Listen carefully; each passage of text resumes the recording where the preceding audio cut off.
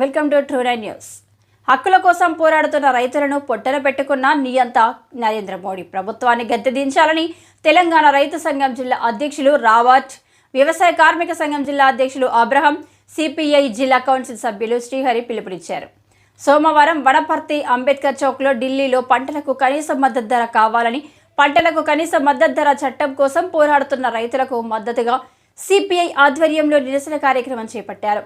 ఈ సందర్భంగా వారు మాట్లాడుతూ నరేంద్ర మోడీ ప్రభుత్వం తెచ్చిన నల్ల సాగు చట్టాలపై 13 నెలల పోరాటంలో 750 మంది రైతులు చనిపోయారన్నారు. చర్చలు జరిపి డిమాండ్లు నెరవేరుస్తామని సమ్మె విరమింపజేసిన ప్రభుత్వం వాటిని గాలికి వదిలేసిందన్నారు. పోరాటానికి సిపిఐ మద్దతుగా వనపర్తి పట్టణ కేంద్రంలో జరుపుతున్నాం.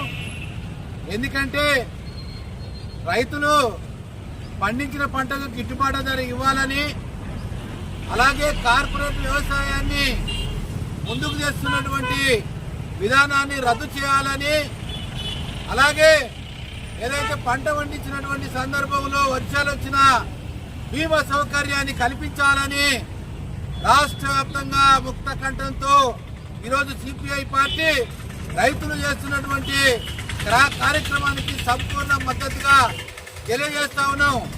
ఇదే కాదు, దేశంలో నరేంద్ర మోడీ ఒక హిట్లర్ లాంటి పద్ధతిని అమలు చేస్తూ ఉన్నాడు.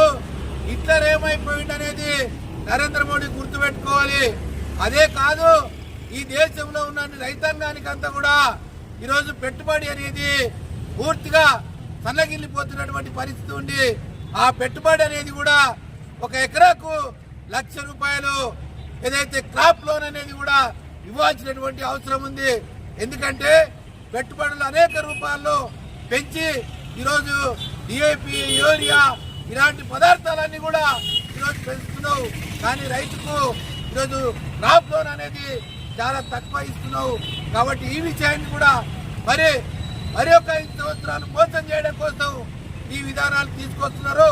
కాబట్టి మేము ఒక సిపిఐ కాదు, దేశంలో ఉన్నటువంటి లౌకికవాద శక్తులన్నీ కూడా ఏకం చేసి ఖచ్చితంగా రాబోయేటటువంటి ఎన్నికల్లో ఈ ఏదైతే మతోన్మాదాన్ని రూపుమాపాలనేది సిపిఐ కర్తవ్యం.